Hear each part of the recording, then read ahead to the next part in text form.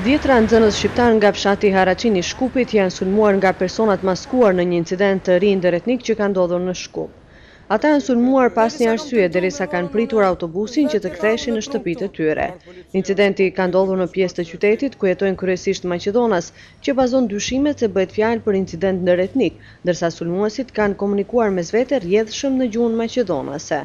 Sipas fëmijëve, dhunuesit kanë qenë të maskuar dhe të armatosur me mjete të forta, si dhe me thika. Ata me emocione flasin për tmerrin e përjetuar.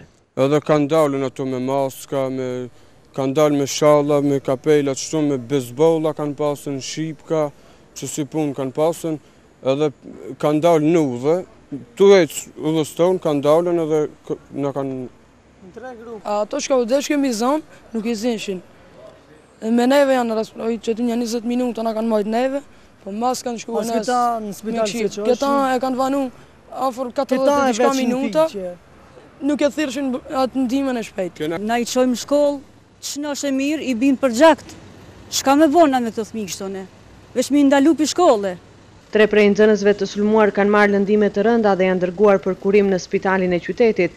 Sipas nxënësve dhe familjarëve të tyre, policia ka mbërritur në vendngjarje me rreth 40 minuta vonesë pas incidentit.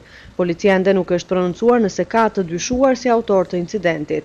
Kryetari i komunës së Haraqinës, Basri Bajrami, ka vizituar nxënësit në spital. Ai tha se kjo dhunë është një skenar që ka për qëllim destabilizimin e situatës dhe mbjelljen e frikës ndër qytetarët. Prindit e vetë, në mëngjes, fëmijët e vetë i dërgojnë në shkollë dhe t'ju kthehen të rrahur, të maltretuar, me gjak, po mund të ndodhe diçka me e keqe edhe të vdekur.